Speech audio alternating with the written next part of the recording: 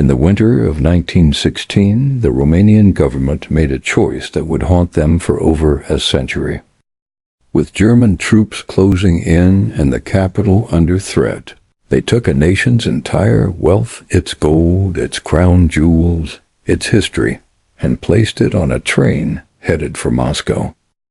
They believed it was an act of preservation. Instead, it became one of the greatest unresolved acts of financial betrayal in modern history. You're watching Don Gilded, where we chase the metal, not the hype. When Romania entered World War I in August 1916, the stakes were enormous. The country aligned with the Allied powers Britain, France, and Russia, hoping to reunify territories held by the Austro-Hungarian Empire. But the battlefield had other plans. Within months, the Central Powers, Germany and Austria-Hungary, launched a brutal offensive. Bucharest fell in December. The Romanian army was pushed back. The government retreated northeast to Iași, taking what little they could carry. But the question remained, what about the gold? Romania had accumulated vast reserves, 93.4 tons of gold, including bars, coins, and bank reserves from the National Bank of Romania. The vaults also held irreplaceable artifacts, royal crowns, medieval manuscripts, ancient weaponry, state archives, and cultural treasures that dated back centuries. Keeping them in Romania would mean certain loss. So the government turned to its strongest wartime ally, Russia. Tsarist Russia, vast and powerful, was still holding the Eastern Front. Romanian leadership made the decision to send their entire treasury across the border for safekeeping. Between December 1916 and July 1917, two massive shipments made their way by rail from Iași to Moscow.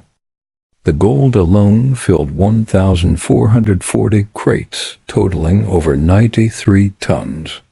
The second shipment, focused on cultural artifacts, included 2,400 additional crates of royal and historical items. Everything was deposited inside the Kremlin's armory chamber, placed under military protection by the Russian Imperial Guard. The arrangement was clear. This was not a gift. It was storage. The gold would be returned after the war. But just months later, the Russian Empire collapsed. In March 1917, the Tsar abdicated. The provisional government took control and assured Romania that the treasure was safe. Then came October. The Bolsheviks seized power in the October Revolution, led by Lenin. Within weeks, the Russian Civil War erupted. The country spiraled into chaos, and the new Soviet regime began rejecting the commitments of the old world. Romania demanded their gold back. Lenin refused. In early 1918, as Soviet Russia signed a separate peace with the Central Powers under the Treaty of Brest-Litovsk, Romania found itself isolated and betrayed. The Bolsheviks declared the treasure property of the people. The idea of honoring the commitments of the old monarchy? Gone. It was a clean break from monarchy, from diplomacy, and from Romania's gold. For the Romanian state, the betrayal was total. This was not an invading army storming a vault. It was an ally that accepted a nation's treasure and trust, and then kept it when the world changed. After the war, Romania repeatedly requested the return of its gold and artifacts.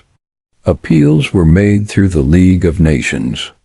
Western countries attempted to mediate. But the Soviet Union refused to recognize Romania's claims. They wouldn't even acknowledge that the treasure existed. Then came a glimmer of hope. In 1935, under limited diplomatic warming, the Soviets returned a handful of items, 17 gold coins, and several pieces of cultural art. It was largely symbolic, less than 1% of what was lost. 2 decades later, in 1956, the Soviet Union made a second gesture. 39 crates of medieval manuscripts, paintings, and rare religious objects were returned. But again, no gold. By this point, over a third of the 20th century had passed. Romania had changed governments, endured World War II, and fallen under its own communist rule. Still, the gold was gone.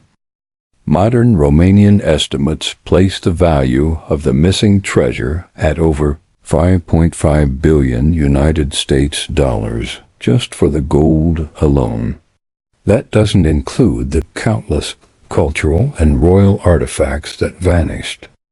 To this day, no detailed inventory has ever been released by Russia.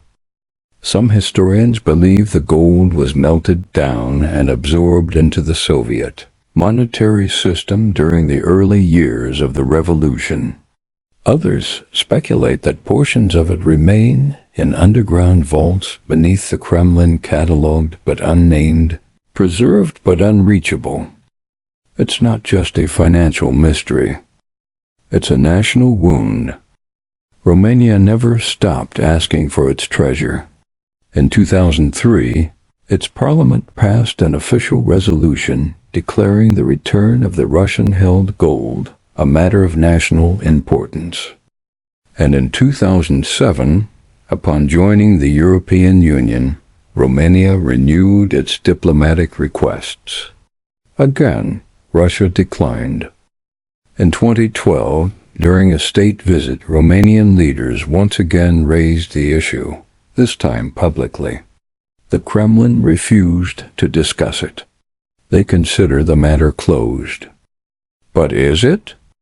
Because this isn't just about gold. This is about sovereignty, about trust, about the cost of survival. Romania didn't lose its treasure to war. It didn't lose it to conquest.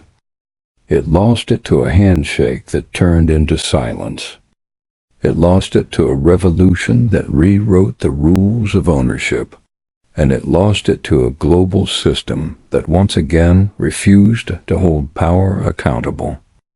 100 years later, the crates are gone. The vaults are sealed. The gold is missing. But the question still stands. What do you do when the people you trust outlive the promises they made? Do you keep asking? Do you let it go? Or do you make sure that the world never forgets what was taken? Let us know in the comments. Because here at Don Gilded, we don't bury stories like this. We dig them up